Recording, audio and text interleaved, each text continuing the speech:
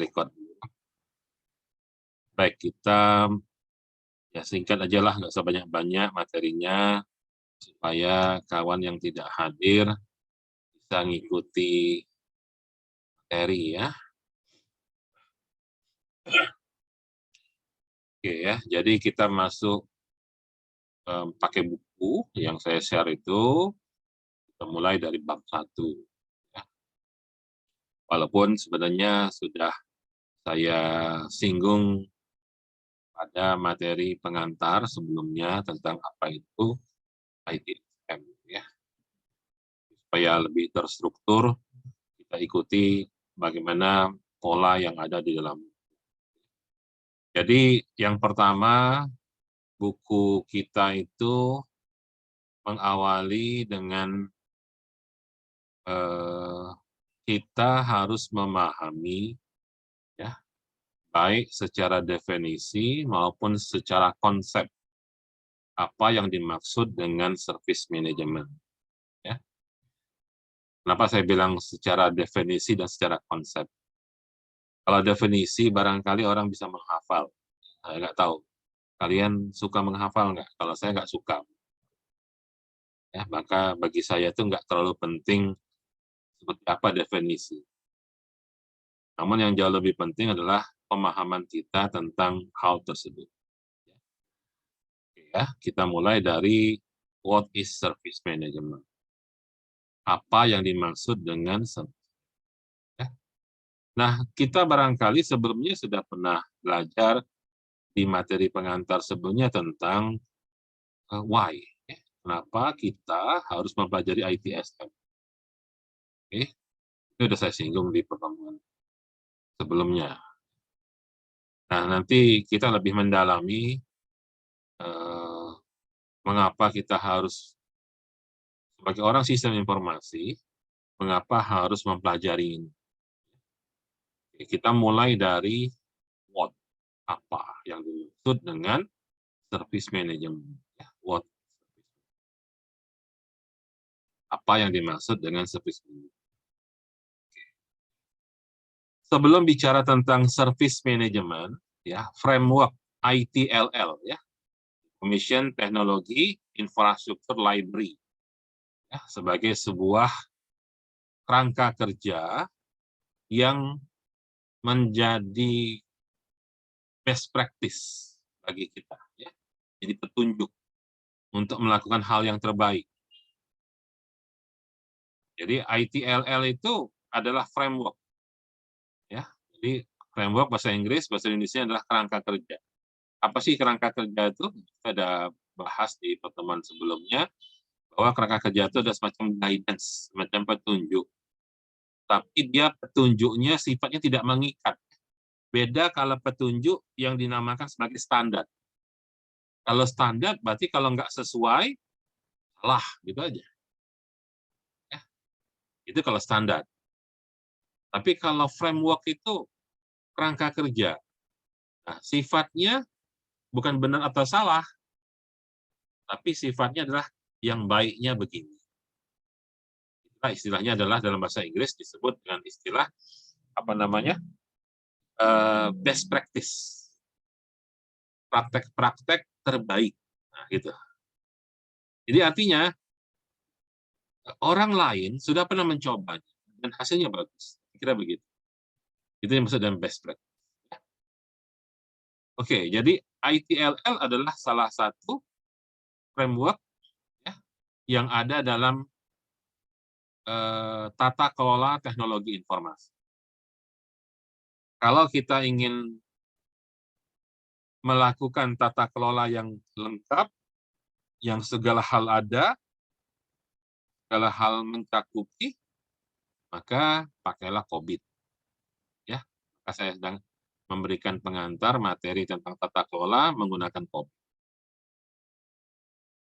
Kalau ingin melakukan tata kelola IT yang fokus kepada arsitektur teknologi, maka gunakanlah apa? Kalau arsitektur yang dipakai untuk membuat enterprise arsitektur? Pak Arif? Kalau Febi barangkali belum belajar, karena itu materi semester 5. Hah? Apanya itu, Pak? Framework-nya, nama framework-nya. Framework untuk enterprise arsitektur. Hah? Lupa, Pak. Hah? Lupa, Pak. Nah, kan sudah saya ulang juga di materi kita Iya. sebelumnya. Kalau yang secara umum, COVID. Ada yang khusus untuk arsitektur, namanya apa? Yang khusus untuk security, keamanan, apa? Yang untuk manajemen resiko, apa? Coba buka-buka lagi materinya. Ya. Nah, yang fokus untuk service itu adalah ITLL. Information Technology Infrastructure Library, nama panjangan dari ITIL, ya. Di mana di dalam ITIL didefinisikan bahwa yang dimaksud dengan service adalah service is adalah mean of delivering value. Mean di sini bukan rata-rata, tapi makna dari nilai yang disampaikan, nilai yang kita delivery, yang kita berikan to customer, kepada pelanggan, by facilitating outcome, lewat cara memfasilitasi outcome. Outcome itu ya dia bukan sekedar output ya, beda dengan output. Output itu sesuatu yang jadi keluaran. Tapi kalau keluaran itu mohon maaf kotoran, itu bukan outcome. Ya. Outcome itu keluaran yang sifatnya bagus.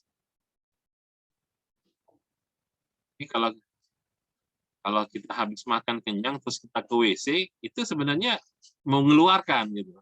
Tapi bukan outcome itu. Ya. Bukan outcome. Jadi outcome itu adalah keluaran yang baik. Alhamdulillah tambah satu orang lagi ya. Bung. Oke ya.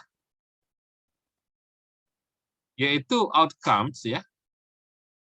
Yang customer want to achieve, yang pelanggan ingin memperolehnya.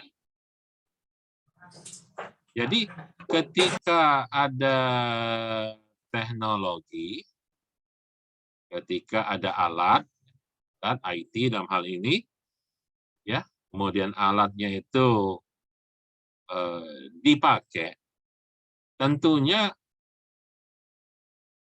bukan sekadar bahwa itu dipakai, bahwa pelanggan dia punya keinginan yang ingin dia dapat.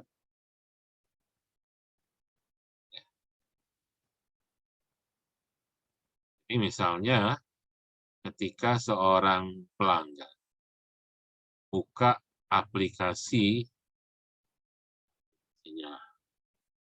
gampang aja, aplikasi email lah gitu misalnya. Dia buka aplikasi email. Dia pengen dapat kiriman berita gitu. Ya, atau ada kiriman apalah dokumen. Ya, saya ditelepon kawan, aku ada ngirim sesuatu lewat email gitu. Maka ketika saya buka email, kan saya ingin ngambil apa yang dikirim kawan tadi gitu. Tapi ketika server email nggak bisa diakses, berarti keinginan saya nggak tercapai. Ya. Jadi sekali lagi, service adalah sesuatu yang bermakna dari penyampaian nilai kepada pelanggan dengan cara memfasilitasi keluaran kepada pelanggan untuk meraih apa yang diinginkannya tanpa ada biaya tertentu dan resiko tertentu. Jadi artinya Service itu, kalau saya kasih contoh tadi saya mau buka email, artinya saya mau bisa membaca email, membaca berita, atau membaca dokumen, atau mendownload dokumen yang dikirim oleh kawan, itu keinginan saya, yang ingin saya raih, tanpa harus ada biaya dan resiko. Contoh resiko apa? Kalau sekarang sudah jauh lebih baik ya, layanan IT zaman sekarang. Dulu, buka email itu agak was-was. Kenapa? Kita buka email, bisa saja di saat yang bersama ada resiko, virus juga ikut masuk lewat email itu. Kalau sekarang barangkali virus itu sudah bukan suatu hal yang menjadi concern ya, karena banyak aplikasi-aplikasi sekarang sudah included semua antivirus. Email itu, makanya saya nggak suka misalnya oper-operan flash disk gitu ya, kalau mau ngirim file gitu ya. Lebih baik silahkan Anda kirim lewat email filenya, atau kirim lewat WhatsApp. Itu jauh lebih aman. Karena WhatsApp itu sendiri dia sudah ada sistem proteksi antivirus sebetulnya. Jauh lebih aman gitu. Nah, jadi saya kepengen dapat layanan, tapi layanan itu jangan ada biaya dan jangan ada resiko gitu.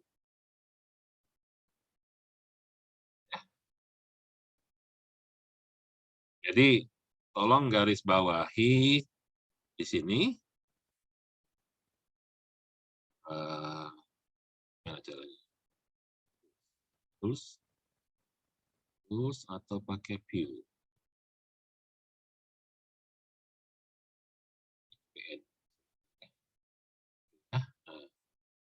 Jadi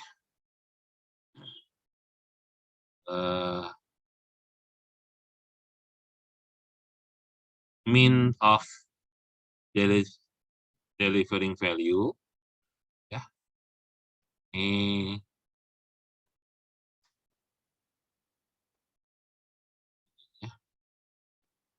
ya. Biasanya saya pakai apa ya? Jadi ini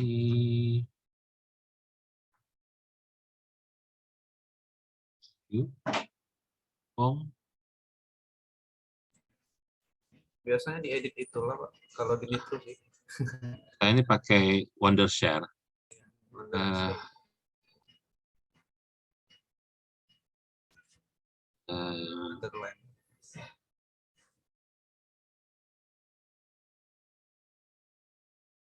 Kalau pakai page, ayah template, terus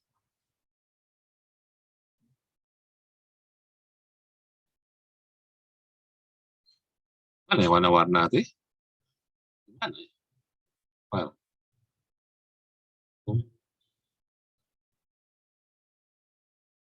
Oh, jadi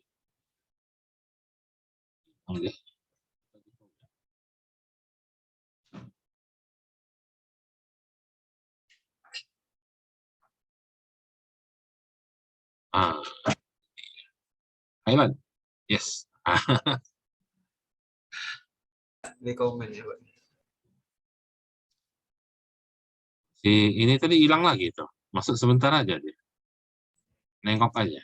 Mungkin ngelihat bukan teman-teman Daisy kali Pak, kabur lagi. Temannya Feby itu. Oh, teman Feby itu. Agung. Nah, itu. Bukan Pak, kayaknya kelas C itu Pak. Kelas C. Oh gitu? Oh, kelas C, memang saya kasih tahu juga. Nah, mereka kan hari Sabtu lalu nggak masuk. Kan nggak masuk, saya udah nunggu 45 menit, ada yang hadir. Ya. Nah, saya bilang kalau mau ngikutin kuliah di kelas B ya silahkan. Ya, jadi service itu fokus kita adalah pada delivering value, penyampaian value. penyampaian value. Jadi kita akan bukan sekedar bahwa ini IT on hidup gitu, nggak begitu ya. Tapi ada value-nya, ada nilainya, di mana value itu akan digunakan oleh customer, digunakan. Dan dia menjadi outcomes yang akan digunakan oleh pelanggan.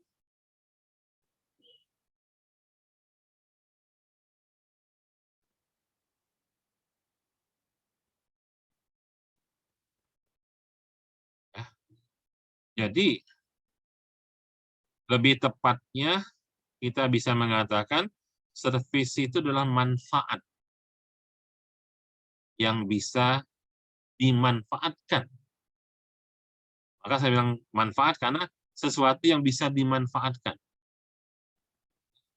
Jadi kalau saya adalah seorang IT manager, terus saya bilang, oke, alat-alat saya bagus semua, Anda bisa manfaatkan untuk keperluan Anda. Kalau saya berada dalam sebuah organisasi atau sebuah perusahaan. Ya. Itu namanya service. Jadi kita kerja, di mana hasil kerja kita akan digunakan oleh orang lain. Itu namanya service. Makanya, dunia itu selalu dipisah antara barang dan jasa. Good and service. Barang dan jasa. Ya. Contoh misalnya hotel. Ya. Hotel. Hotel tuh nggak ada barang. Bukan ya kalau memang barangnya bagus atau arti kata ranjangnya bagus, oke. Ya. Kamar mandinya bagus, oke. Tapi kamar mandi yang bagus itu bukan karena kamar mandinya bagus, tapi karena kamar mandinya bisa dinikmati oleh pengguna kamar mandi itu, yang nginep di hotel itu.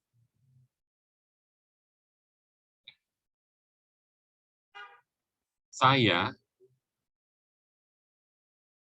ya bukan nggak suka, kita nggak terbiasa aja ya, mandi berendam pakai bathtub, pakai yang bak berendam kayak orang bule-bule, yang berendam pakai air sabun gitu, ya.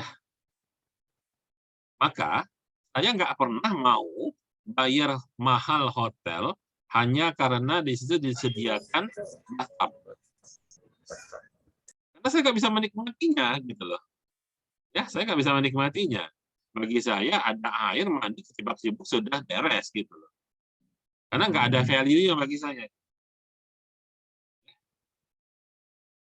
Tapi kalau di kamar hotel itu misalnya kasurnya sedemikian rupa, empuk, enak, nyenyak tidur, itu saya bisa nikmati.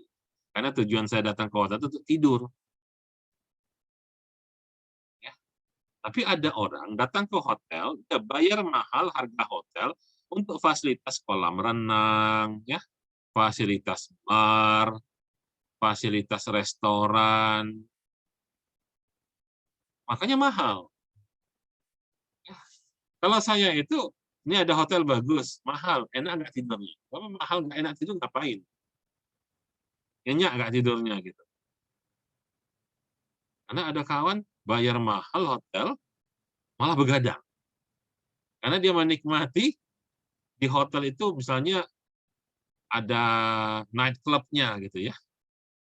Bisa disco sampai tengah malam, sampai subuh misalnya. Masuk kamar bukan untuk dinikmati tidur, malah untuk naruh koper, habis itu dia pergi ke diskotik misalnya, yang ada di hotel itu misalnya. Tapi tergantung ya, kalau memang customer-nya want to achieve, memang itu yang ingin diraihnya, ya banyak orang rela bayar mahal sebuah hotel yang dia tidak tiduri. Orang bayar mahal hotel karena ingin duduk-duduk di taman. Orang bayar mahal hotel karena ingin menikmati kolam renangnya. Dan seterusnya. Karena itulah definisi service. Beda dengan good atau barang. Barang yang bagus tuh misalnya mobil, ya. Mobil, ya kalau mobil ada servisnya juga sih. Kita menikmati kemewahan mobil. Ya. Tapi kalau barang tuh apa coba?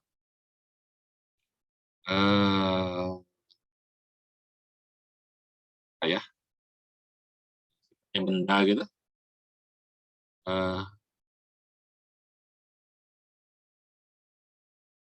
Ya apa?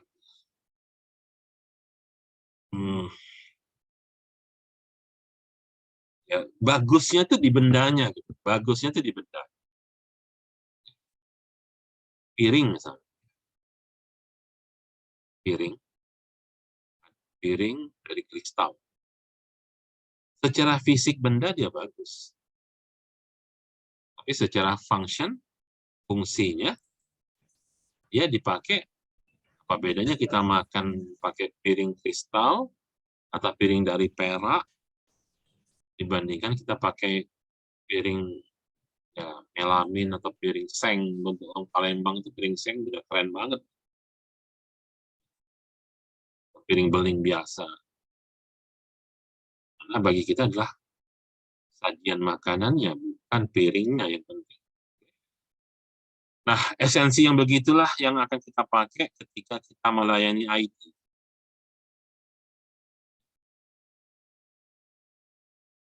Kalau Anda sebagai pengelola IT di kantor, Anda mau beli laptop atau komputer Pentium Intel i7, bagus kan? Ya bagus. Secara benda dia bagus. Tapi ada nggak perbedaan servisnya? Karena Anda kan penyedia layanan IT misalnya. Antara komputer yang canggih tadi, yang harga 50 juta satu unit, ya, tapi ketika dipakai oleh user, bolak-balik, network-nya putus misalnya. Bolak-balik putus, disconnect terus misalnya. Karena bagi customer, bukan laptopnya yang harganya mahal yang penting, tapi bagaimana layanan IT dalam hal ini internet, kalau kita mau pakai internet itu bagus nggak putus-putus, bandwidth-nya besar, misalnya. Jadi kalau ngirim data cepat, nge-download cepat, ya. Ya, jadi ada kata-kata the outcomes want to achieve are the reason, adalah alasan. Ya. Jadi manfaat, ya, saya langsung pakai istilah manfaat saja. Outcome saya terjemahkan sebagai manfaat. Manfaat yang ya, pelanggan ingin peroleh, itulah alasan mengapa mereka itu adalah customer, mau beli atau menggunakan sebuah jasa. Ini yang kita harus benar-benar sadari. Jadi manfaat itulah yang dicari oleh customer. Ketika dia rela membayar, membeli, atau mau menggunakan jasa kita.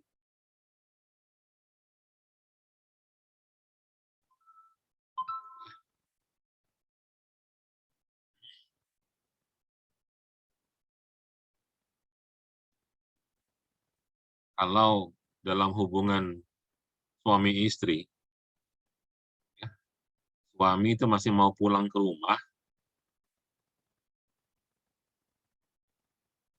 karena dia masih ingin ada yang dia harapkan ketika dia pulang ke rumah. maka jadilah istri yang baik. Begitu juga sebaliknya. Bukan berarti terus suami jadi lebih posisinya jauh lebih unggul ketimbang perempuan, tidak. Perempuan itu masih mau bertahan di rumah, ngurusin semua urusan rumah tangga, karena masih ingin ada jasa atau servis yang dia berikan kepada suaminya gitu sebagai sebuah pengabdian. Kalau udah nggak tahan lagi minggat. Jangan heran jadi kalau pulang ke rumah ternyata rumah kosong, nggak ada orang, istri udah minggat. Banyak kejadian seperti itu. Karena dia udah nggak punya lagi alasan apa dia bertahan di situ.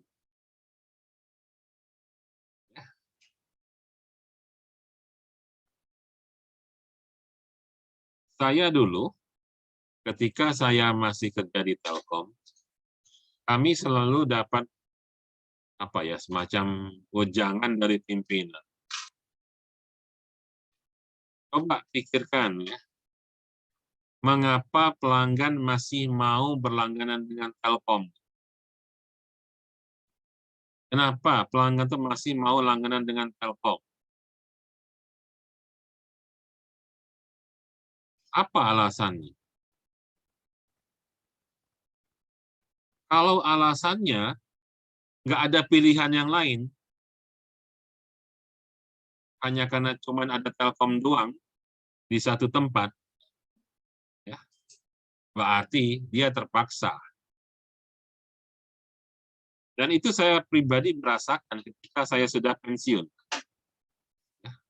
Ketika saya sudah pensiun, saya jadi orang biasa, saya bukan lagi pejabat di Telkom, ya. Ketika internet di rumah saya rusak, terus pelayanan Telkom dalam memperbaikinya membley, saya bilang, oke, goodbye Telkom, saya bilang. Ya. Di depan pimpinan Telkom itu, kabel Telkom itu saya gunting, gitu. Saya putuskan, gitu. Saya bilang, berhenti langganan Telkom. Sampai sekarang nih, internet di rumah saya bukan IndiHome.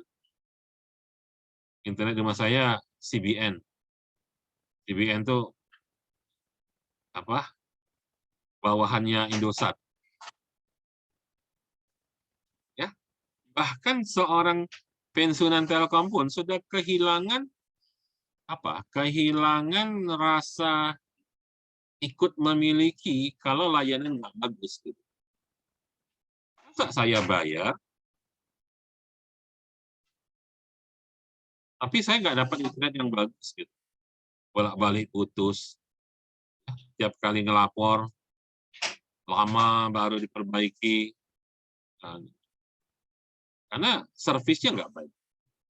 Jadi sekali lagi, manfaat atau outcomes adalah sesuatu yang ingin diperoleh oleh pelanggan.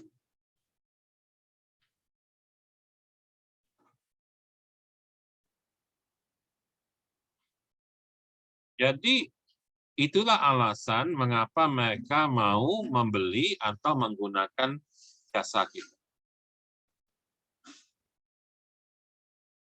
Oke ya. Nah, walaupun saya gunakan contoh dalam bisnis, misalnya kalau internet Telkom nggak bagus, maka pelanggan pindah ke Indosat. Nah, bagaimana seandainya di kantor kita sendiri? Pak Ari misalnya pengelola IT di KPU misalnya. Ya, Pak Ari penyedia internet di kantor KPU. Terus layanan Pak Ari nggak bagus. Terus kata ada suatu bidang, oke ya, mulai besok saya nggak mau internet dari Pak Ari ya, saya mau internet di kantor sebelah. Ya kan nggak bisa, gitu kan? Nggak bisa. Ya. Namun bukan berarti kita penyelenggara internet bisa sesuka hati. Ya, jangan sampai layanan kita tuh membuat kinerja organisasi jadi nggak tercapai. Sampai di sana nanti bisa dipahami lebih lanjut tentang apa makna dari service. Dengan demikian, Ya, kita tahu pelajaran manajemen ya. Ketika semester 1 saya yakin semua orang belajar dasar manajemen. Ya. Jadi coba lihat, perhatikan di ini tadi ya. Nih, ya. Want to achieve. Jadi ada tujuan yang akan dicapai. Ada tujuan yang ingin diperoleh. Menjadi alasan mengapa pelanggan mau menggunakan jasa kita. Mau membayar atau membeli jasa kita. Oke? Coba ingat pelajaran dasar manajemen. Atau di Sakyakirti, Feby dulu semester 1, apa nama mata kuliahnya? Teori organisasi, itu apa? Yang belajar-belajar tentang manajemen. Karena orang SI pasti belajar. Ya. Sistem informasi manajemen, Pak. Nah, ada yang dasar manajemennya betul, yang khusus tentang manajemen. Yang belajar tentang manajemen. Ya. Karena ya tadi nanti tinggal diimplementasikan dalam sistem informasi, salah satunya SIM. Ya. Nah, yang perlu kita ingat adalah kata manajemen. Kata manajemen. Apa arti manajemen? Manajemen adalah alat bantu dalam organisasi untuk mencapai tujuan. Jadi kalau pelajaran tentang dasar manajemen itu hadir dalam organisasi. Mulai dari definisi organisasi itu apa?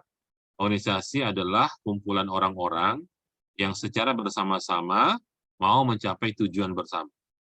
Itu organisasi. Jadi dalam organisasi selalu ada 3 unsur. 1 ada tujuan, 2 ada orang, ketiga ada struktur. Nah, struktur itu nanti akan berkembang jadi manajemen. Nah, jadi sekali lagi, dalam organisasi akan ada tujuan. Organisasi apapun, semua organisasi ada tujuannya.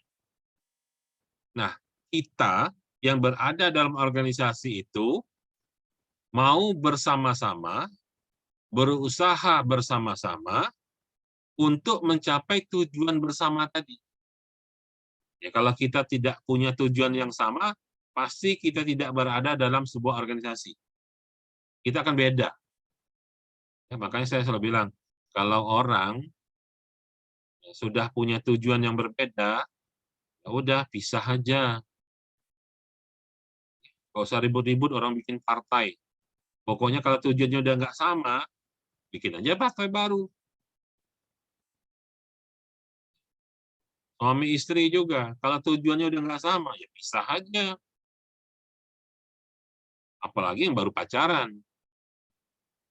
Ya, yang baru pacaran, artinya kan belum ada hubungan resmi apa-apa, itu aja. Artinya orang menikah saja, yang udah jelas resmi hubungannya, itu bisa jadi pada satu titik tertentu sudah nggak sama lagi pola pikirnya, sudah nggak sama lagi tujuannya, ya pisah gitu. Ya, sekalipun di dalam Islam, kata Nabi, sesuatu yang halal tapi paling aku benci adalah perceraian. Tapi itu benar gitu, tidak salah kalau orang sudah nggak searah, sejalan, setujuan, pisah aja gitu.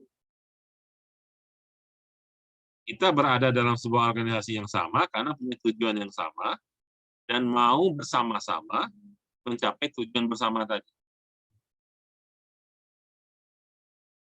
Persoalannya tinggal bagaimana cara membantu supaya pencapaian tujuan tadi mudah. Maka hadirlah ilmu manajemen. Jadi manajemen itu adalah alat bantu dalam sebuah organisasi supaya pencapaian tujuan itu mudah. Caranya bagaimana? Caranya lewat, kalau kita melakukan manajemen, berarti kita melakukan 4 fungsi. 1, planning, 2, organizing, 3, leading, 4, controlling atau pengawasan. Itu yang disebut manajemen. Manajemen itu 4 hal tadi, planning, organizing, leading, controlling. Jadi kalau kita melaksanakan 4 fungsi itu sama saja kita sedang melaksanakan fungsi manajemen. Nah, sekali lagi, service ada sebuah tujuan yang ingin dicapai. Ada tujuan dari service yang ingin dicapai. Nah, bagaimana mengelola, ya, kita ngomong tata kelola ya, bagaimana mengelola supaya service itu tujuannya tercapai? Maka hadirlah ilmu yang namanya service management.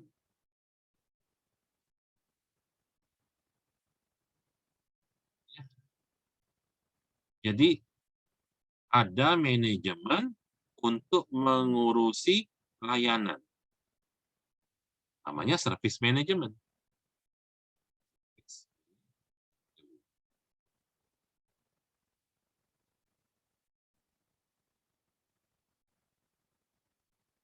Jadi apa saja service management itu?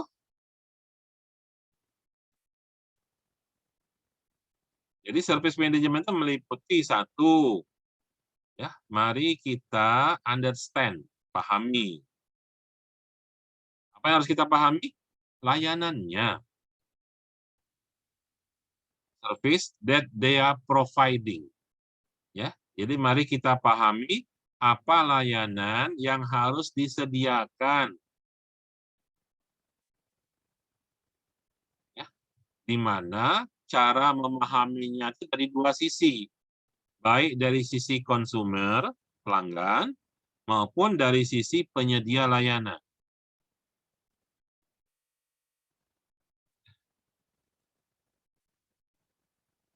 Febi sudah nikah belum? Sudah, Pak. Sudah menikah. Oke, alhamdulillah. Contohnya lebih enak saya ngasih contoh kalau gitu. Ya. Kamu tahu suami kamu suka makan apa? Ikan, Pak. Ya. Ya, kalau sudah tahu dia hobinya apa, dia senangnya apa, maka kamu bisa memberikan layanan menyediakan makanan. Jangan sampai istri itu ngerasa aku udah capek belanja pasar, aku udah capek masak dari pagi sampai siang, sampai rumah suami tidak senang makan masakan itu. Salah siapa? Karena kamu sebagai istri tidak nanya atau tidak mencoba memahami suami suka makan apa.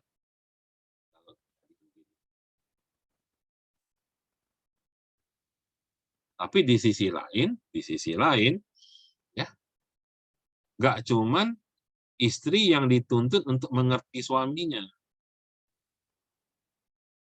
Ya, si suami juga harus tahu diri, ya, dari sisi suaminya, bahwa bini kita ini pacak masak apa tidak. Ya, katakanlah misalnya, ya, kamu bilang suami kamu suka makan ikan. Tapi kamu tuh bukan berarti tidak sayang sama suami kalau kamu masak bukan ikan. Ngapa? Yang lagi tidak pacak. Misalnya. Nah, si suami juga harus ngerti bahwa si istri tidak menyediakan makanan lauk ikan, bukan karena dia tidak mau menyediakan, bukan karena dia tidak mau memberikan layanan, tapi karena dia memang tidak bisa. Lagi misalnya, suami senang makan pindang, kan ikan. Bukan sekedar ikan asal digoreng jadi, enggak. Nak yang pindangnya. Yang si bini, enggak pacak masak, enggak tahu bumbu pindang itu apa. Jadi kalau suami tidak pernah makan di rumah, balik makan di warung, ya salah siapa.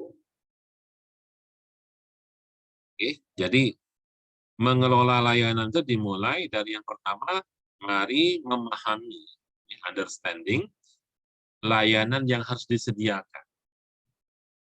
Tapi memahaminya itu dari dua sisi, baik dari kebutuhan konsumen maupun dari penyedia layanan.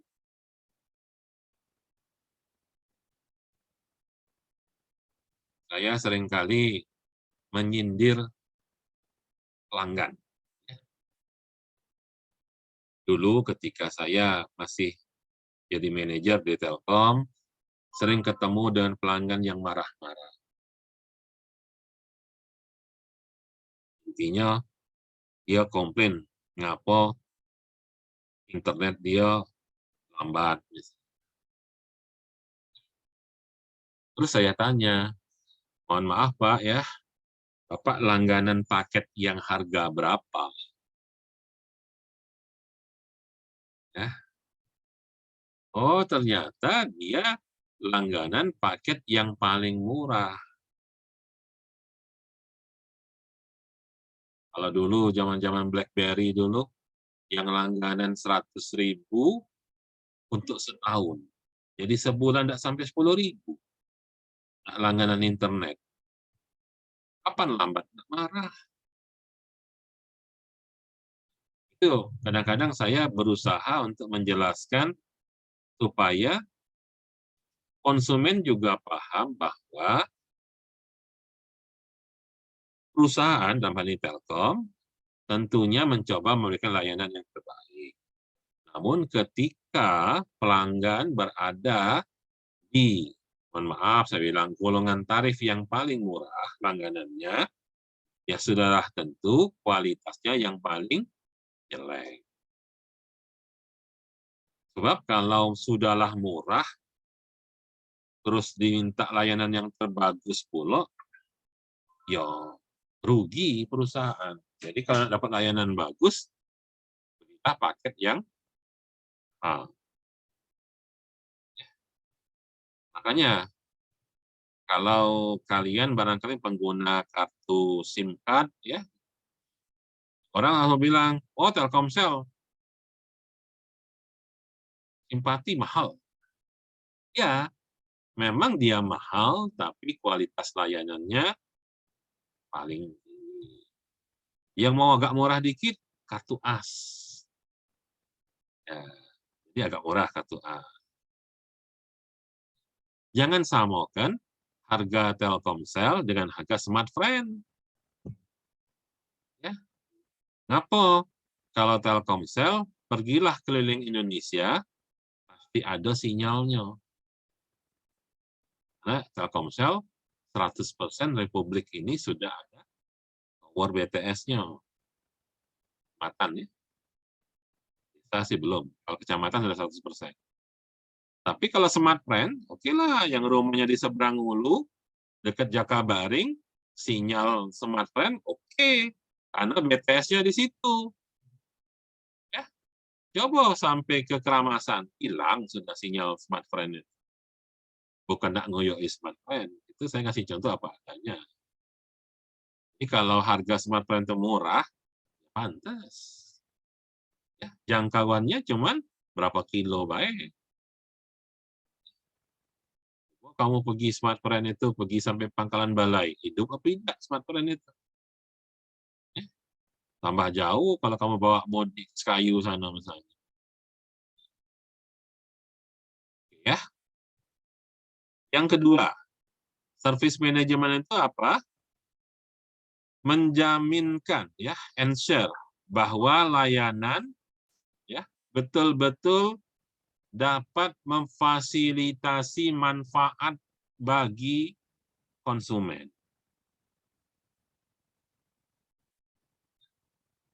Yang ketiga, understand, ya, pahami bahwa value, ya, nilai dari jasa-jasa tersebut terhadap pelanggan. Sehingga mereka secara relatif menganggap ini adalah penting. Dan yang terakhir, yang keempat, pahami dan kelola semua biaya dan resiko yang berhubungan dengan penyediaan layanan.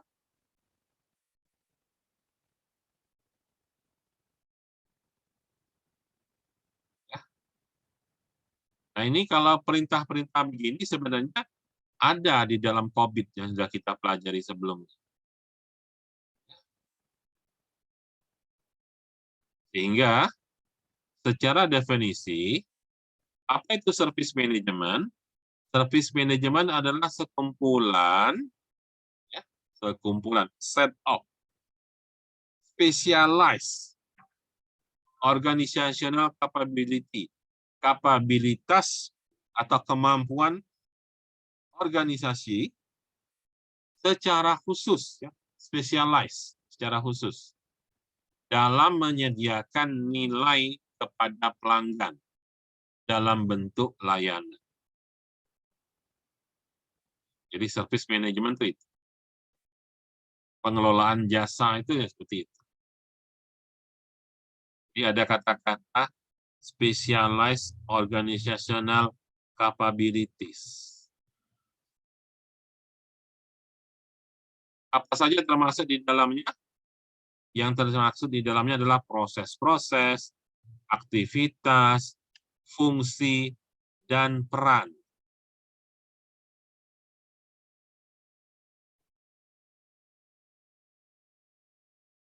Proses, aktivitas, fungsi, dan peran. Proses siapa? Aktivitas siapa? Fungsi siapa? Peran siapa? Peran dari yang namanya service provider, penyedia layanan tersebut.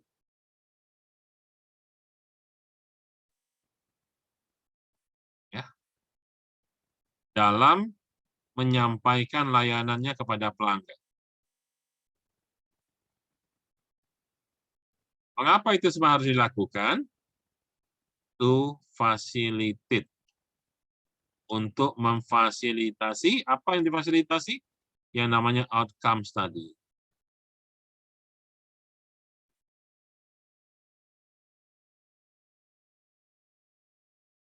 Ya, manfaat.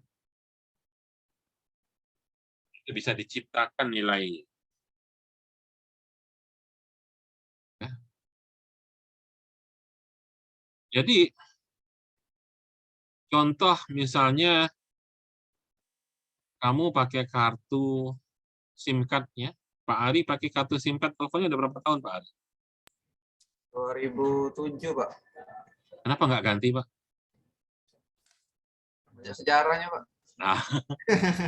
Nah itulah alasannya kenapa nggak mau ganti yang baru. Tapi kan banyak orang kita telepon nggak nyambung. Ternyata kartunya udah ganti nomor baru. Padahal tiap bulan ganti nomor terus. Ada yang seminggu sekali, ngejar promo terus. Ada promo beli kartu baru, ada promo beli kartu baru. Artinya orang itu tidak merasakan nilai atau value atau manfaat dari layanan provider yang dia pakai. Satu-satunya layanan yang dia rasakan adalah ada diskon ketika isi kuota gitu. Begitu tidak ada promo lagi, ganti. Beli kartu baru.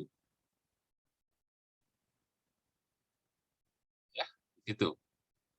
Nah, jadi yang membuat pelanggan itu bertahan dengan layanan kita karena ada value-nya ini.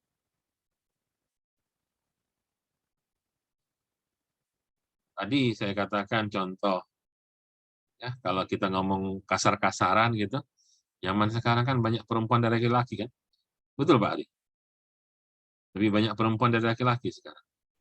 Iya, Pak. Kalau bosan, ganti istri baru lah. Kalau kira-kira layanan tidak menarik lagi. Coba Feby, berapa lama menikah? Baru. Nah, mungkin tidak masalah, lagi layanannya lagi bagus-bagusnya. Nah, ada nggak istri saya? Saya ini udah menikah tahun 95. Ya, tahun 95. Berarti tahun 2022 ini sudah 26 tahun setengah. Nanti saya nikah di bulan 11. Nanti bulan 11 tahun ini, 27 tahun saya menikah. Dulu, waktu baru nikah, istri saya cantiknya bukan main. Ya, kurus, singset. Ya, kalau ukuran itu adalah ukuran body. Ayo, begitu punya anak satu nih, ayo melar semua, Feby ya. Hah? Nanti punya anak dua tambah melar, gitu ya. Nah, terus itu. Tapi kenapa masih bertahan dengan istri yang sama? Karena tentunya ya bahasa gampangnya tidak membosankan. Karena masih ada cinta di sana. Coba kalau orang sudah nggak ada lagi, gitu. Nggak usah nunggu 27 tahun, Feby. Contoh artis kan banyak tuh, nikah sampai berapa miliar, biayanya masuk TV, ya 3 bulan cerai. Alangkah cepatnya bosan. Ya, artis banyak yang model gitu. Dan kata lain apa? Ya, servisnya sudah tidak menarik. Nggak ada lagi ikatan di sana. Istilahnya untuk apa lagi dipertahankan. Bahasa gampangnya gitu. Nah, kita sebagai pelayan IT juga begitu. Ketika sudah tidak ada lagi value yang dirasakan oleh customer, pelanggan akan lari. Saya pernah merasakan zaman ketika Telkom ada perusahaan monopoli. Ketika saya awal-awal kerja. Di Indonesia ini hanya satu perusahaan telekomunikasi, PT Telkom. Nggak ada yang lain. Jadi rakyat Republik ini suka nggak suka, urusan telekomunikasi harus datang ke Telkom. Itu aja. Tapi begitu dibuka undang-undang anti monopoli diterapkan, terus perusahaan asing dipersilahkan untuk masuk ke Indonesia, apa yang terjadi? Indosat dibeli oleh asing. Dulu dibeli Singapura. Oleh Singapura dijual ke Qatar. Tahu sekarang itu Indosat itu punya siapa sekarang? Ini punya uang luar. Ya. Excel. Ya, Excel. Dulu punya Indonesia, punya swasta Indonesia. Sekarang udah dibeli Malaysia. Apalagi itu?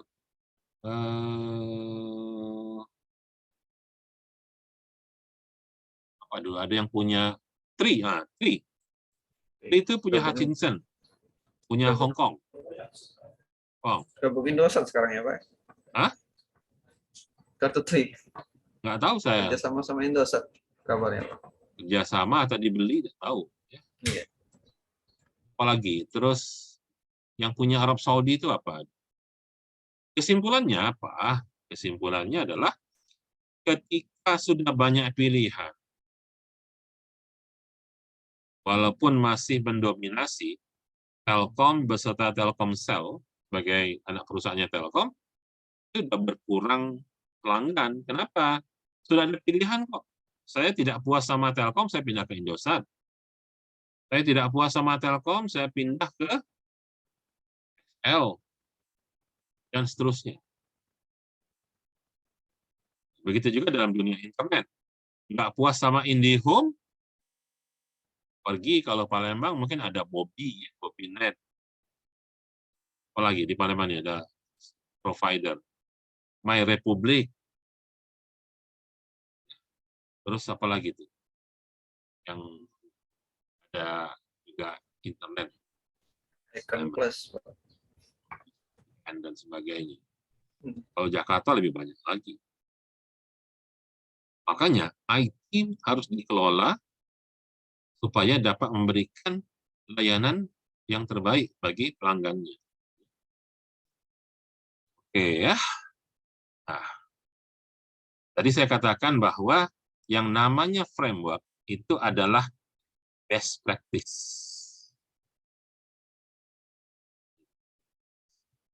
Best practice.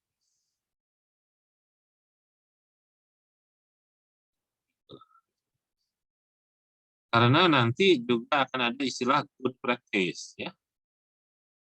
Karena kalau sekedar good, bisa saja sesuatu itu bagus, tapi bukan yang terbaik. Tentunya kalau kita ingin mencontoh orang, kita ingin mencontoh yang the best. Ya, nyontoh yang good sih bagus, cuman kalau ada yang best, kenapa nggak lihat yang. Jadi sebuah framework pada prinsipnya tidak sekedar good practice, tapi dia sudah sekalian memberikan yang best practice. Ya. Nah, itu sebab kenapa untuk mengelola layanan sebaiknya kita ikut framework. Nah, framework itu sudah menjaminkan kepada kita tentang yang namanya best practice.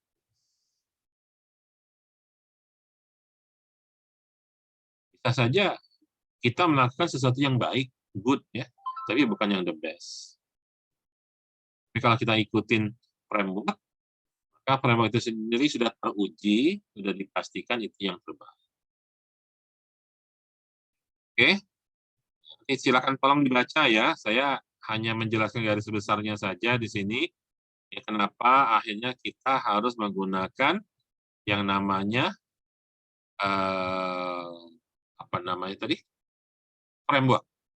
Ya, kenapa kita harus menggunakan framework? Ya. Jadi di sini sudah dicoba ya dari berbagai macam sumber untuk diketahui mana yang terbaik. Nah ya, jadi kita bisa saja menggunakan sumber-sumber yang berbeda untuk dijadikan rujukan atau referensi. Tapi kalau kita pakai framework, nah di sini disebut public framework, ya, dan juga kalau nanti ada standar, ya, ada standar, itu pasti sesuatu yang sudah tervalidasi. Tervalidasi itu artinya apa? Sesuatu yang sudah terbukti. Nah, itu gampangnya lah.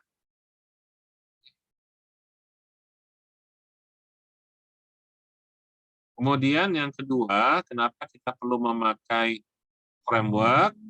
Ya, alasannya karena semua pengetahuan tentang hal tersebut sudah terdistribusi, sudah tersebar.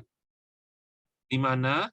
Di para pelaku profesional. Jadi kalau kita ngomong tadi ilmu tentang service management, ya, kita pakai framework ITIL misalnya.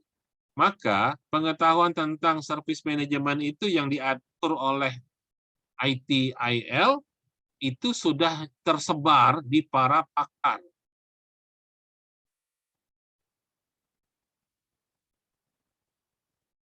Kemudian ada program pelatihan dan sertifikasinya kalau mau ikut.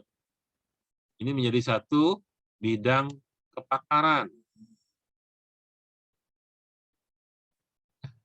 Kamu tamat jadi sarjana, sekedar ijazah saja, ngelamar kerja mungkin agak sulit. Tapi kalau dengan ijazah sarjana ilmu komputer, tapi punya sertifikat, pernah ikut training, katakanlah, pernah ikut training IT Service Management, punya sertifikat, bukti kalau kamu punya keahlian, itu akan jauh lebih mudah ya melamar.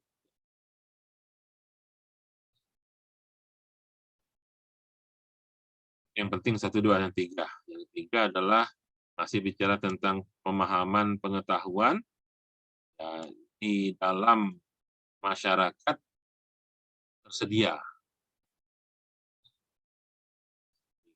Apa? Tenaga kerja ya, pasar tenaga kerja. Jadi itu menjadi referensi ketika seseorang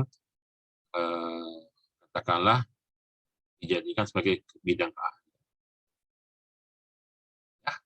Ya, jadi sekali lagi kita dalam mempelajari ITSM kita menggunakan framework ini. Ya.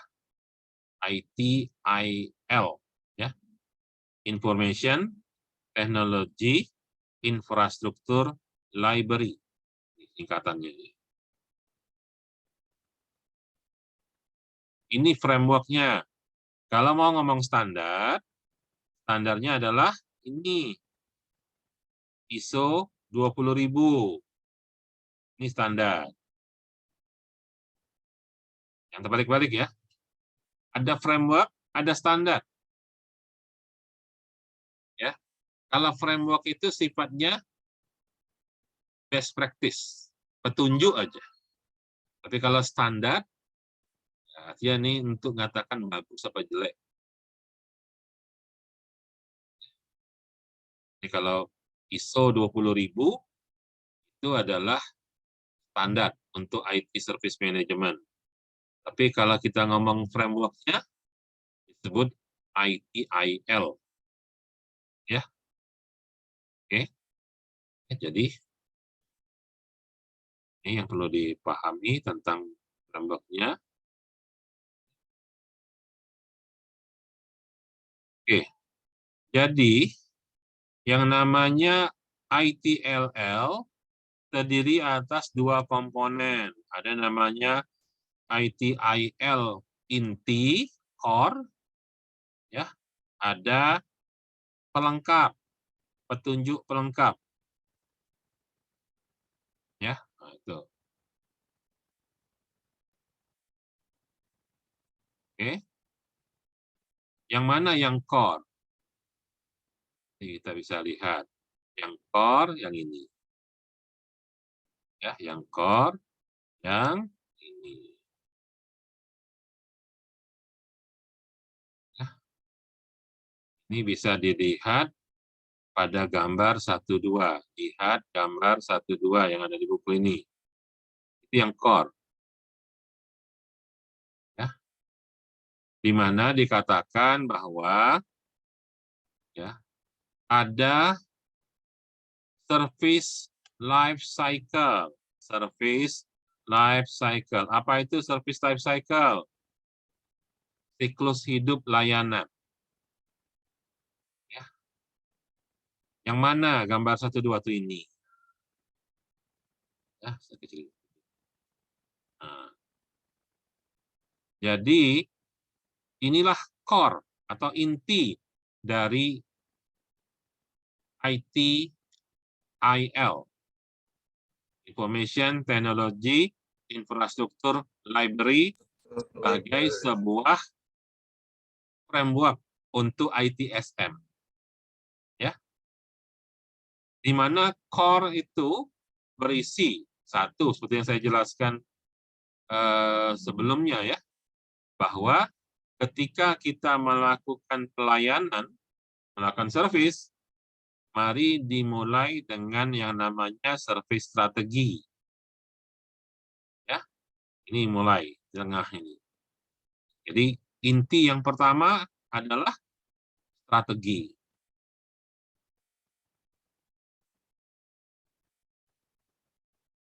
Feby pernah ribut sama suami?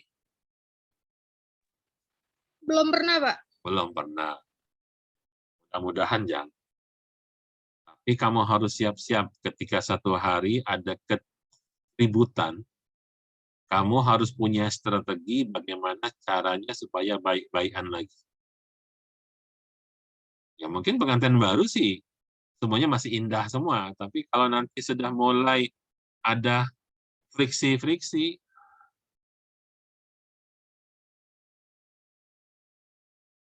mungkin kalau masih awal-awal itu bagus semua, indah semua, bagus semua, harum semua rasanya. Tapi nanti begitu sudah ketemu masalah-masalah, lebih-lebih, tapi ya harus kedua sisi sih, bukan hanya suami, bahkan seorang istri juga harus punya strategi bagaimana supaya tetap memberikan layanan yang terbaik. Jadi dimulai dari sebuah strategi. Gimana cara melayani suami dengan yang terbaik? Nah, nanya-nanya nggak dengan orang yang sudah lebih lama menikah, ke orang tua, kakak, paman, atau tante, pernah nggak kepikir? Karena jangan-jangan anak-anak muda zaman sekarang itu yang kebayang nikah, nikah, nikah, yang indah-indah aja dibayangin. Nah, pernah nggak kepikir kalau nanti ada keributan gimana cara memperbaiki itu? Gimana cara tetap langgeng? Kenapa orang sampai nenek-nenek masih bahagia terus? Harus ada strateginya, ya. Saya sering kalau ngobrol sama kawan-kawan, kan istri saya itu kayaknya strateginya dari masakan gitu. Saya dibuat betah di rumah dengan cara yang masak semua yang kira-kira saya suka. Memang saya daripada jajan di luar, saya lebih suka makan di rumah. Karena sudah terbiasa sejak dari awal menikah.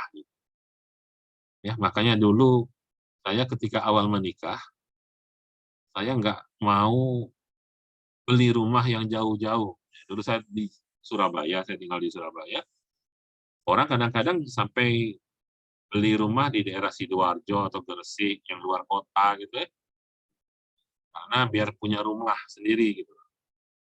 Orang Jakarta kalau kerja sampai cari rumah di Depok, di Bogor, di Tangerang. Nah, saya dulu enggak. Saya awal-awal menikah, saya cari kontrakan, ya rumah yang sederhana aja, di mana posisi rumah yang saya kontrak itu enggak jauh dari kantor. Kenapa? Karena saya makan siang pulang ke rumah.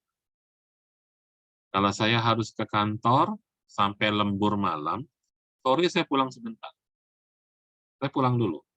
Jadi tetap saya pulang kerja biasa, jam jadwal biasa, pulang, maghrib, saya sholat, habis mandi, saya makan malam di rumah, besok baru ke kantor lagi, kalau memang harus lembur. Misalnya.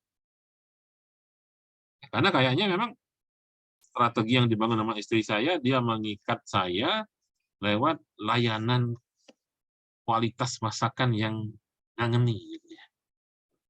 Nggak kepengen jadi jajan di luar. Kayak gitu. Nah, dari situ kan selanjutnya kan berlanjut ke yang lain-lain nanti. Kalau suami udah betah di rumah, nggak suka keluar jalan-jalan, ya yang lainnya gampang. Ya.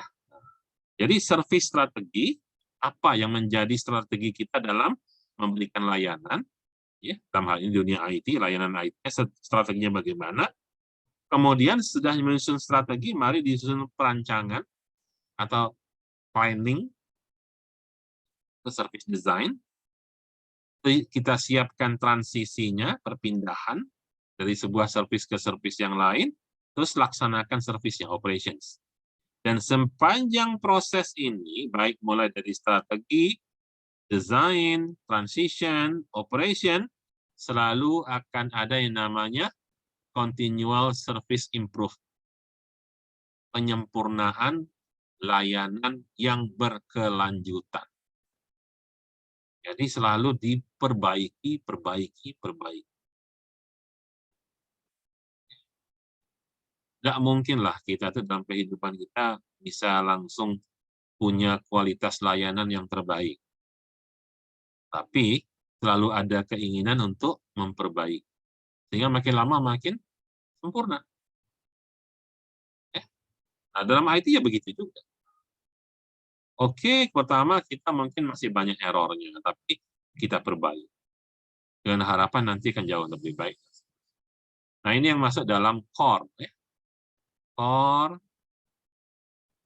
siklus layanan. ITIL core, inti. Ya. Jadi dimulai dari SS, service strategi,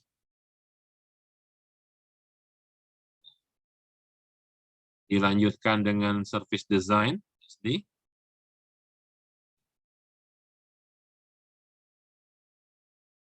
kemudian ada namanya service transitions, ST, transitions, kemudian operations, pelaksanaan, operation, dan yang terakhir ya service operation, ya. Operations, ya. Jauh sama ya. Ya.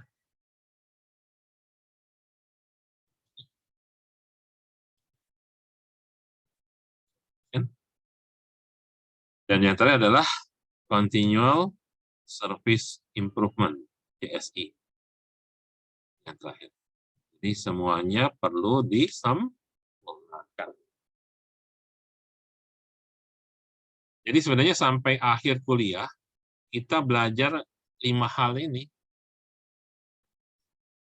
Strategi layanan bagaimana, merancang layanan itu bagaimana, mempersiapkan transisinya bagaimana, menjalankan operasi layanan itu bagaimana, dan menyempurnakan layanan itu bagaimana.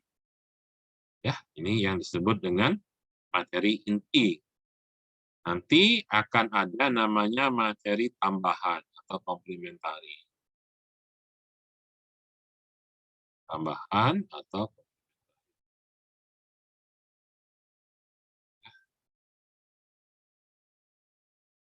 sekali lagi tadi sudah sempat disinggung bahwa kita di sini belajar tentang framework ya. Tapi pasangan atau temannya framework itu ada namanya standar. Bedanya di mana? Framework itu nggak wajib diikutin, tapi kalau standar wajib diikutin.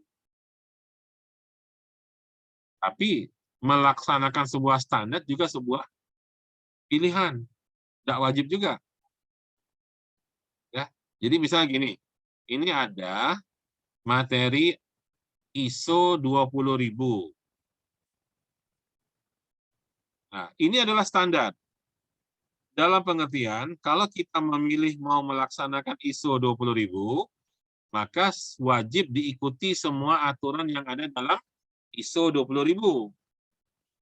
Jadi, ukurannya adalah benar atau salah melaksanakan standar tersebut. Tapi kalau kita belum memilih melakukan, kita tidak wajib melaksanakan standar.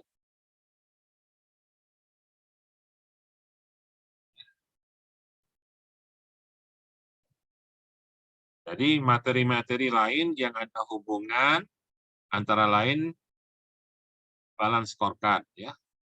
Harusnya kamu sudah belajar di bisnis proses. Dulu di semester 6 Pak Ari ada belajar bisnis proses tentang balance scorecard.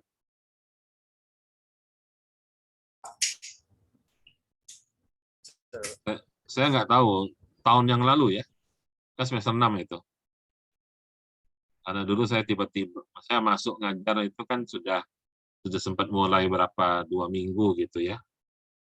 Saya baru tahu ada mata kuliah bisnis proses yang sekarang diajar oleh Bu Nareta, semester 6. Ya. Itu harusnya belajar balance scorecard harus. Ya. Ini COVID sudah saya singgung ya, sebagai sebuah framework tata kelola. Dan masih banyak lagi yang lain ya. Nah, ini pikir yang aneh-aneh ini kayak FQM ini apa framework untuk orang Eropa ya. Nggak usah ya. Perlu mungkin dipelajari selain belajar di kelas ini tentang ITIL, buka-buka juga, cari-cari di Google materi ISO 20.000 seperti apa. Lihat isinya, pelajari. Balance scorecard itu bagaimana? Ya, COVID sudah saya singgung dari awal. Nah, yang lain-lain, saya pikir, nah ini ya, ISO 27001 itu untuk security, untuk keamanan. Ya. Ini untuk aset.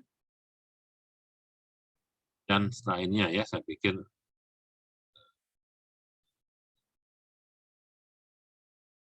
yang penting sekarang kalian memahami seperti apa service management yang diajarkan oleh framework ITIL. Ya. Dilihat nih, gambar 1.3 itu menggambarkan bagaimana layanan, siklus layanan itu dimulai, dimulai. Sampai akhirnya dia dilanjutkan. Ya. Ini gambarnya. Coba pahami ya, bagaimana mekanisme menyusun strategi dijabarkan ke desain, diturunkan dalam desain. Ini kotak besar nih strategi. Nah, kotak yang biru kecil di dalam ini desain, rancangan.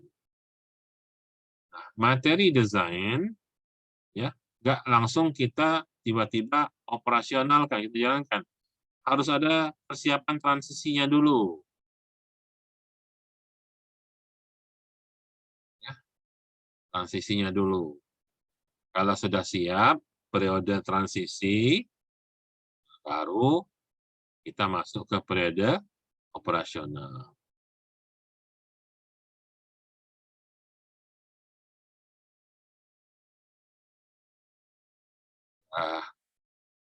Saya juga sering ngasih contoh hal-hal yang vulgar ya kalau cerita beginian ini. Ya, ini contoh pengantin baru. Harus punya strategi loh ya. Benar nggak Pak Ari? Nah, pengantin baru itu harus punya strategi kan? Gimana tuh strateginya?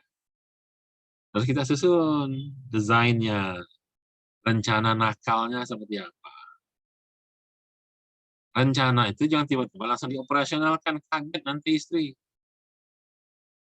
Ya, biasanya cowok sebelum menikah sudah banyak pengetahuannya. Jadi nggak terlalu kaget menghadapi perubahan status dari perjaka terus jadi suami orang. Tapi kalau perempuan biasanya lebih alim. Dia butuh masa transisi persiapan. Ya. Sehingga rencana apapun yang Anda susun, hei para suami, yang Anda desainkan, programnya di sini ngapain, dengan strategi yang sudah disusun dari awal itu, jangan mendadak serangannya di sini. Ini si istri, si perempuan butuh masa-masa transisi. Dia dari, ya katakanlah gadis yang ditingit, jadi statusnya istri orang, itu berubahnya seperti apa. Kalau sudah siap transisinya, nah baru go operasional. Dan akan selalu ada improvement. Nah, improvement.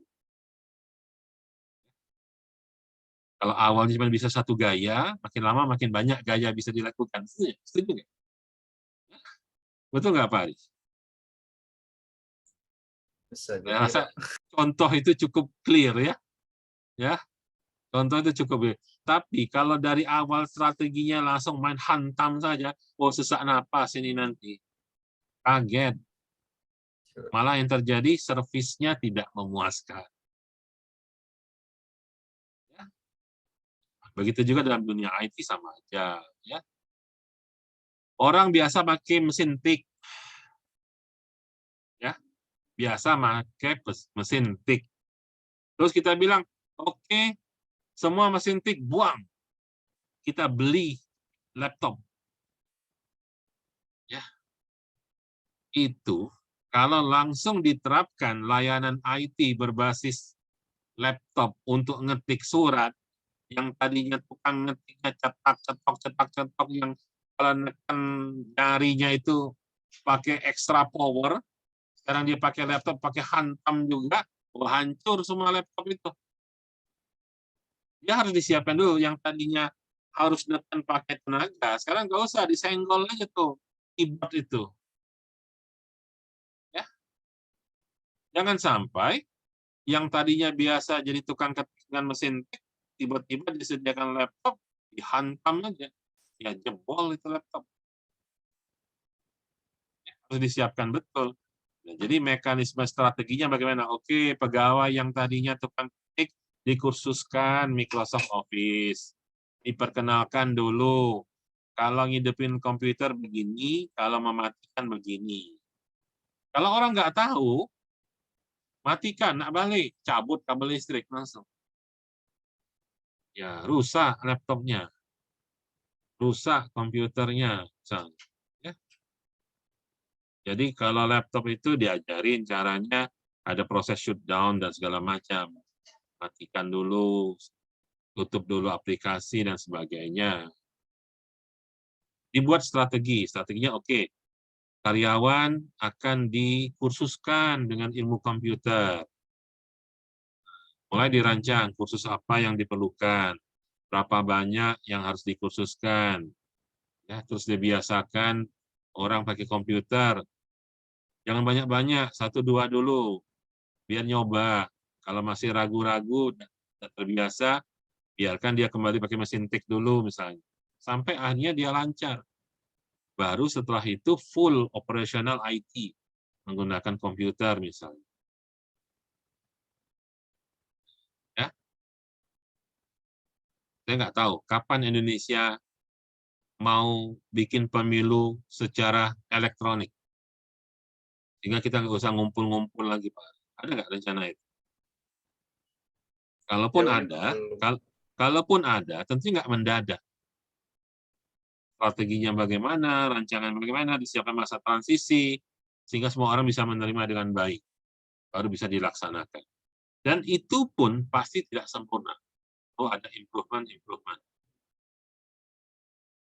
Oke, saya pikir itu yang perlu kita pelajari hari ini, ditambah dengan beberapa hal penting yang harus menjadi konsep dasar untuk paham semua cerita dari awal sampai akhir. Ya, ini ada key konsep yang harus dipahami. 1, value. Kalau kita ngerti apa itu value, insya Allah akan mudah memahami bahan dari awal sampai akhir. Ya, ini value. Nanti dalam value ada utility, ada warranty. Ya. Nanti lihatlah apa itu utility, apa itu warranty. Bagaimana value bisa diciptakan. Ini ngerti nggak kira-kira gambar ini? Hah? Ini simbol apa? Gerbang elektronika. Kalau OR itu salah satu ya dari inputan ini. Ya. Yang penting yang mana nih? IT mau mendukung yang mana? Mendukung kinerja atau menjadi solusi terhadap masalah, mengatasi constraint. Yang mana dulu nih? Kalau performance berarti ngomong kualitas. Tapi kalau constraint artinya dia menjadi solusi atas masalah. Nah, yang mana nih? Mau pilihan yang mana? Ya, ini OR. Salah satu. Nggak bisa dua-duanya. Kita mau menyelesaikan masalah, tapi kualitasnya biasa-biasa saja, atau lupakan masalah, yang penting target kualitas. Nah, gitu. Nah, kemudian jaminan, ya. Warranty. Warranty itu yang mau dijamin yang mana nih? Ketersediaannya, kapasitasnya, keberlangsungannya, atau keamanannya. Ini biasanya N.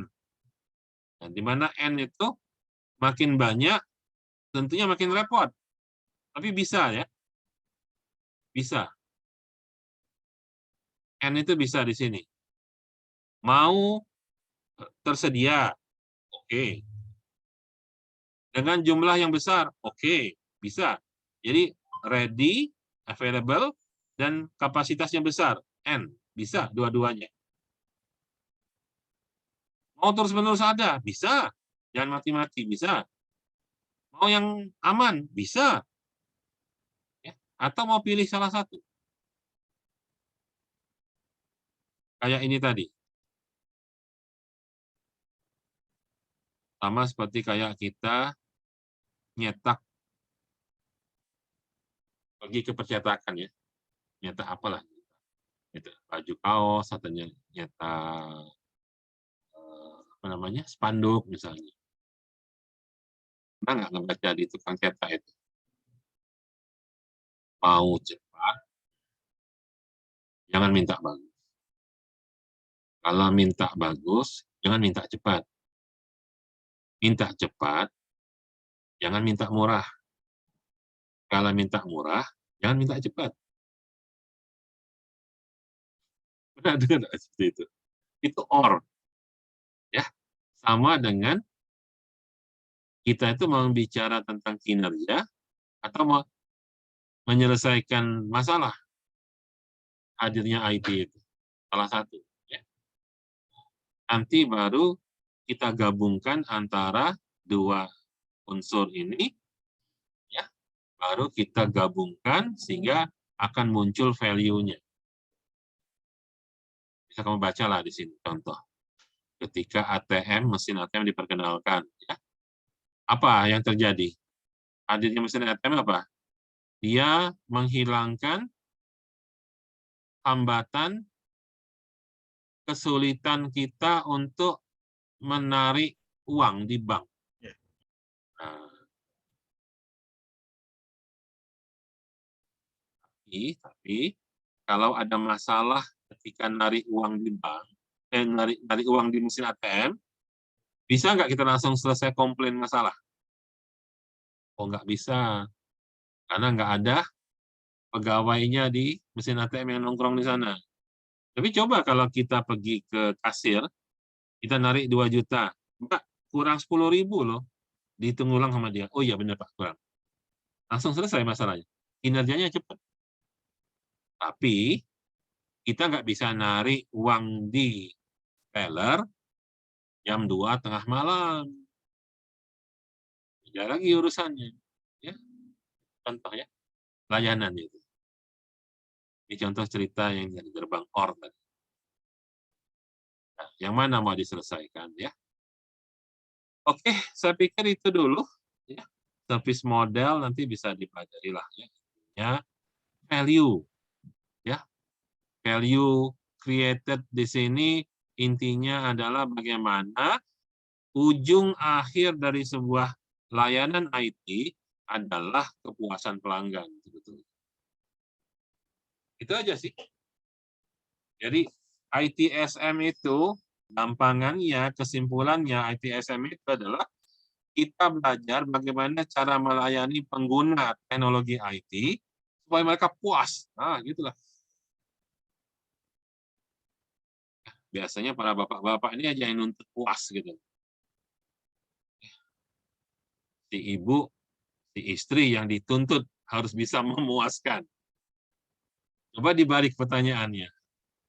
Pernah nggak memuaskan? Ya.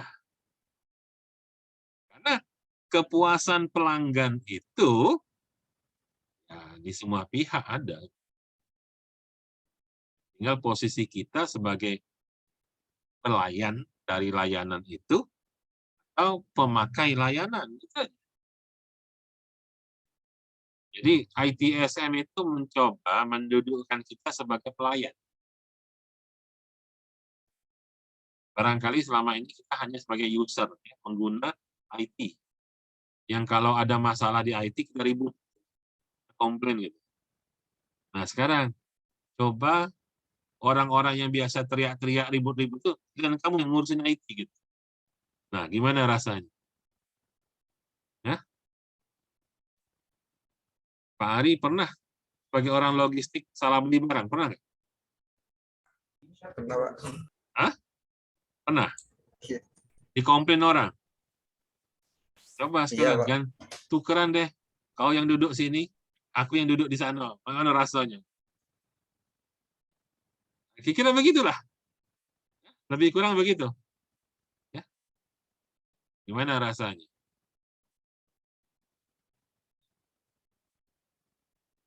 Sejujurnya, bukan mau lebih-lebihkan.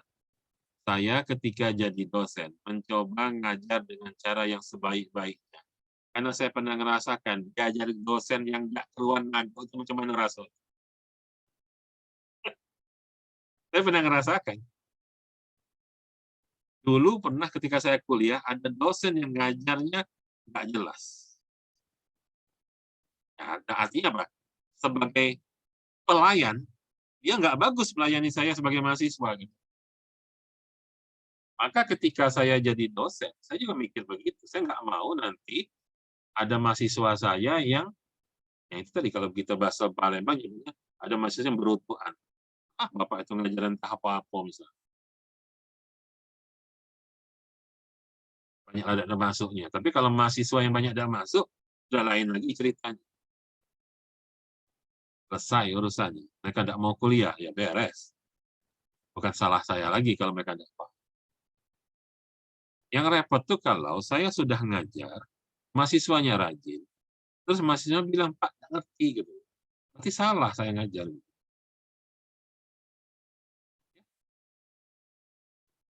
Sama dengan IT. Ya. Kalau ada pelanggan bilang, kualitas layanan IT-nya tidak bagus, berarti ada yang salah dalam cara pelayanan. Oh, internet Anda lambat, ya ada yang salah. Internet Anda sering putus, ya berarti ada yang tidak benar dalam jaringan komputer.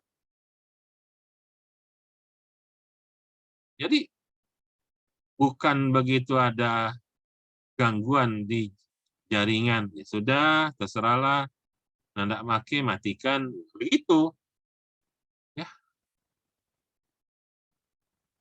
Jadi, itu dulu untuk hari ini ya.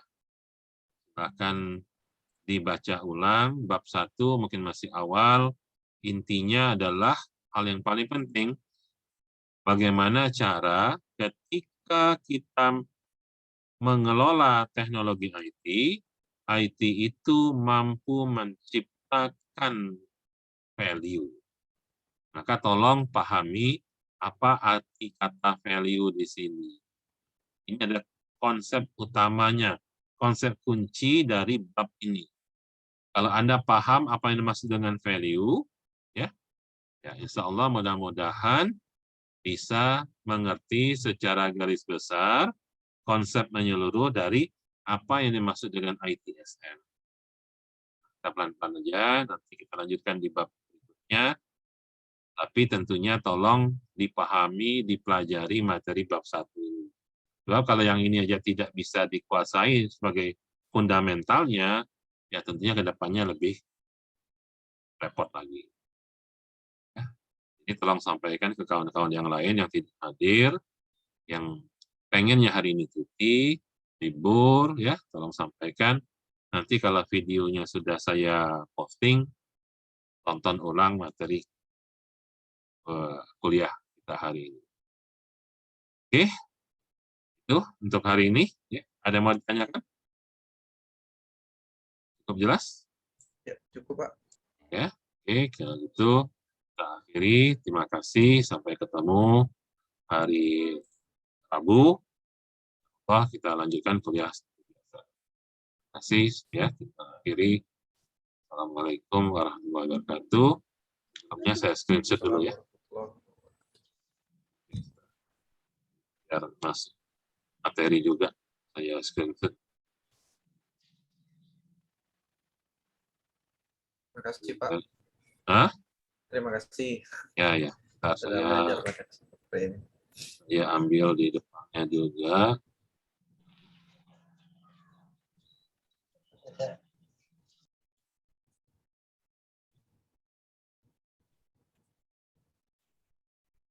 Ini saya screenshot. Tuh. Bentar.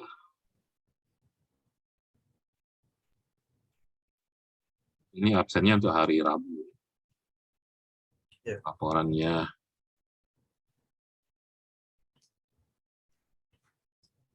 Dan yang kedua,